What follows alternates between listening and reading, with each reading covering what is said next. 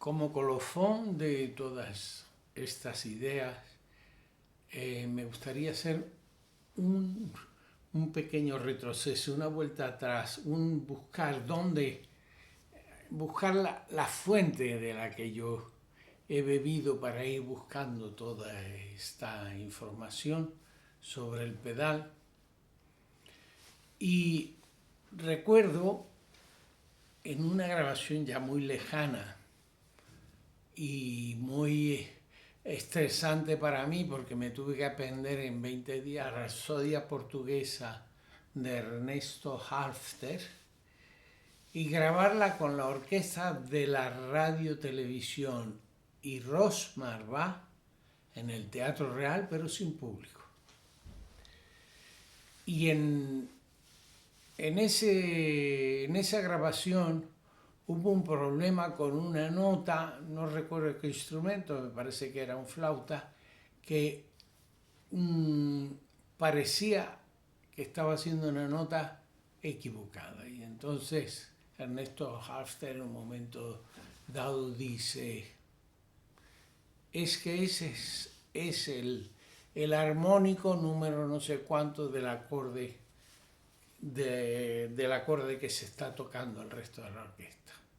Quiere decir, es esa nota que aparentemente está desafinada, pero que en realidad es un armónico del conjunto. Y entonces, así como muy convencido de lo que estaba diciendo, dice, porque aquí lo ideal sería, Guillermo, poner 2 pianos, uno por cada lado de la orquesta, con las cuerdas al aire y dejarlos resonar mientras la orquesta toca. Esa información me quedó a mí en la cabeza y entonces, pues, un día empezamos a intentar explicarle por qué yo cambiaba esos pedales, por qué los ponía de esta manera o de la otra.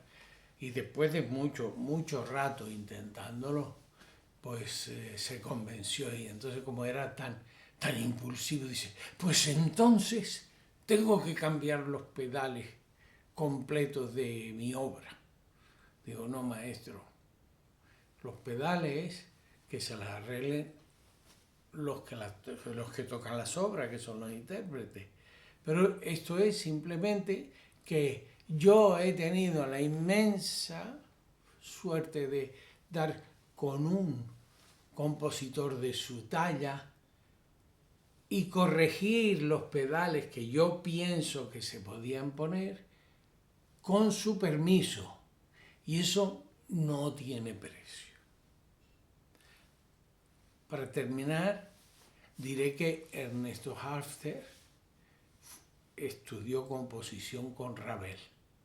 Cuando Ernesto Halffter terminó con Falla, pues sus clases, lo que le correspondía, Falla le hizo una carta de presentación a Ravel y Ernesto estuvo, no sé exactamente, pero algunos años con Ravel.